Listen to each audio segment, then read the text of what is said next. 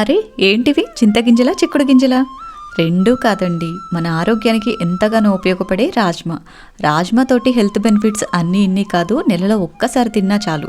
దీన్ని సింపుల్గా ఎలా తయారు చేసుకోవచ్చో చూపిస్తున్నాను, మీరు ట్రై చేయండి. ఫస్ట్ ఒక పావు కేజీ రాజ్మా తీసుకోండి. ఇవి మీకు ఆన్లైన్లో అయినా సూపర్ మార్కెట్లో అయినా ఈజీగా దొరికేస్తాయి. వీటిని శుభ్రంగా కడిగేసి ఓవర్ నైట్ నానబెట్టుకుంటే చక్కగా ఇలా నానిపోతాయి.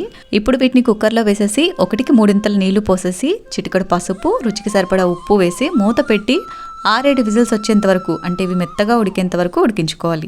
నెక్స్ట్ కడాయిలోకి 1 గంట నూనె వేసుకుని దాల్చిన చెక్క, లవంగాలు, జీలకర్ర, బిర్యానీ ఆకు, 1/2 స్పూన్ అల్లం వెల్లుల్లి పేస్ట్ వేసి పచ్చివాసన పోయేంత వరకు ఫ్రై చేసుకుని 2 కప్పులు సన్నగా కట్ చేసిన ఉల్లిపాయ ముక్కలు, 4 పచ్చిమిర్చి ముక్కలు వేసి 50% వేగిన తర్వాత 1 కప్పు టమాటా ముక్కలు, రుచికి సరిపడా ఉప్పు, పసుపు వేసి మగ్గనివ్వాలి. టమాటా, ఆనియన్ రెండు కూడా ఇలా సాఫ్ట్గా మగ్గిపోయిన తర్వాత 1 స్పూన్ కారం, 1 స్పూన్ ధనియాల పొడి వేసేసి చక్కగా కలిపి ఆయిల్ సపరేట్ అయ్యేంత వరకు కూడా మగ్గించుకోవాలి. ఇలా ఆయిల్ సపరేట్ అవుతున్నప్పుడు ఉడికించి పెట్టుకున్న రాజ్మాని నీళ్లతో సహా వేసేసి చక్కగా కలిపి పైనుంచి కొంచెం కసూరి మేతి వేసేసి మూత పెట్టి ఉడికించుకోవాలి. ఇది జస్ట్ ఒక 5 నిమిషాలు ఉడికించారంటే చాలు, చిక్కగా ఉడికిపోతుంది. దించే ముందు కొంచెం కొత్తిమీర వేసి కలిపేసుకుని వేడివేడిగా చపాతీతో సర్వ్ చేసుకున్నారంటే super tasty and healthy rajma curry ready.